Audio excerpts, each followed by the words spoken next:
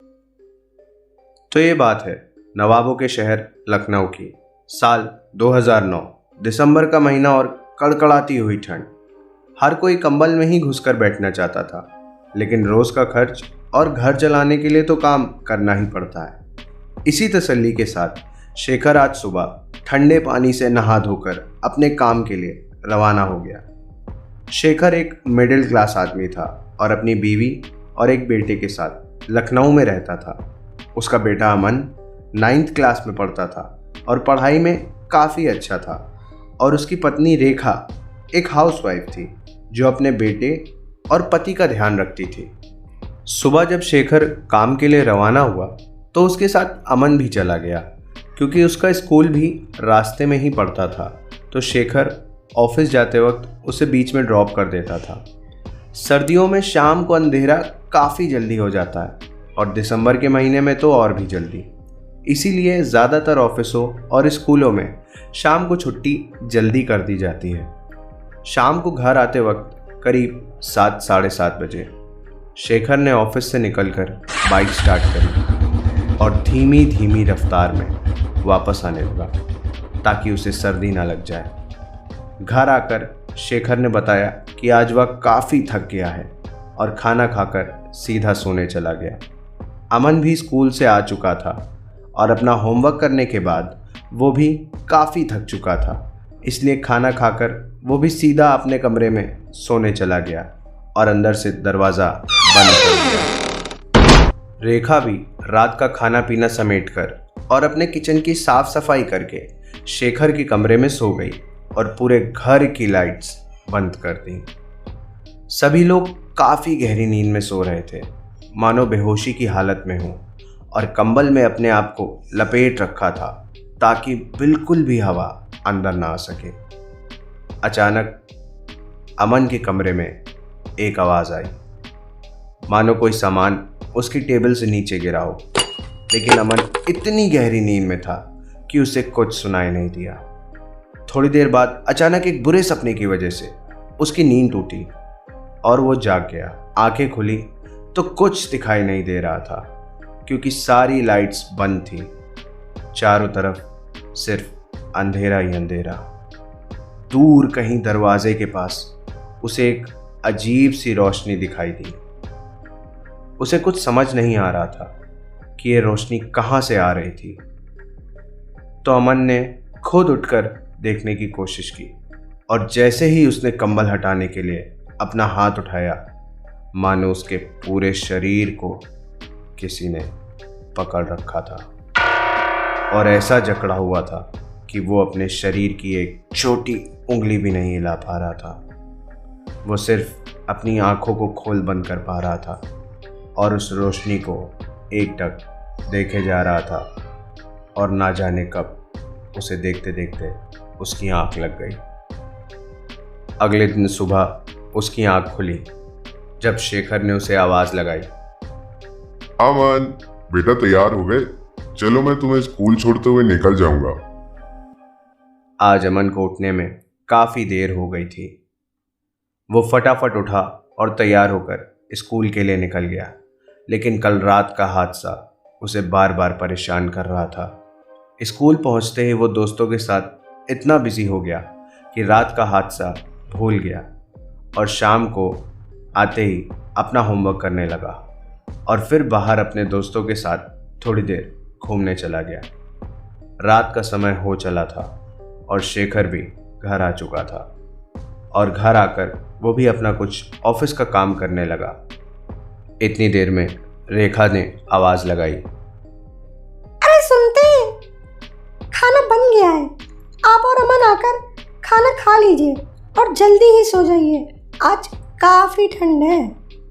इतना सुन अमन और शेखर दोनों खाना खाने आ गए और खाना खाकर अपने अपने कमरों में सोने चले गए।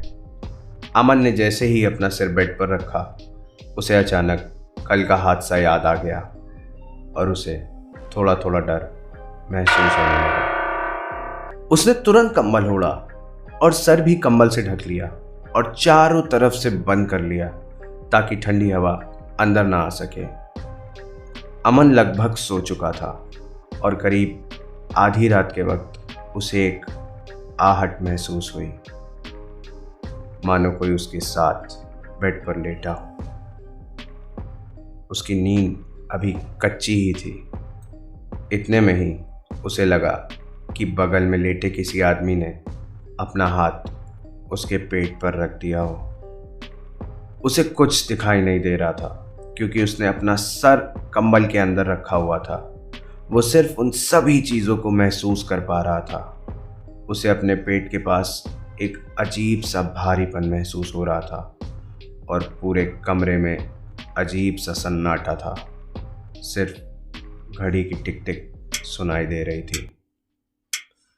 अमन काफी डर गया और उसने तुरंत कंबल हटाकर भागने की कोशिश करी, लेकिन जैसे ही उसने कंबल हटाने के लिए अपना हाथ उठाया, उसका पूरा शरीर जाम हो चुका था। अमन के तो जैसे होश ही उड़ गए। फिर उसने चीखने चिल्लाने की कोशिश करी, लेकिन शायद ये भी उसके नसीब में नहीं था। मानो उसके होठों को किसी ने आपस में चिपका दिया हो। उसकी आवाज़ गले से तो निकल रही थी, लेकिन मुंह से मानो बाहर नहीं आ पा रही थी। वो सिर्फ अपनी सांसों के उतार चढ़ाव को महसूस कर पा रहा था। इतना सब चल ही रहा था कि अचानक दरवाजे पर किसी ने दस्तक दी और ये सुनकर अमन की जान सूख गई। उसका शरीर मानो भट्टी की तरह तप रहा था। पूरा बदन पसीने से भीग चुका था और उसके हाथ पैर सब अभी भी जाम थे। लगभग पिछले 10-12 मिनट से मानो अमन की ज़िंदगी के कुछ आखिरी पल चल रहे थे।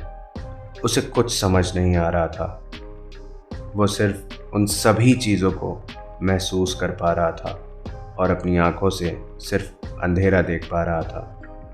कुछ देर बाद आंखें खुली तो सुबह हो चुकी थी।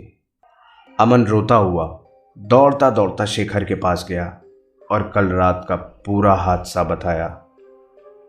ये सब सुनकर शेखर हक्का बक्का रह गया और अमन को गले से लगाकर रोने लगा।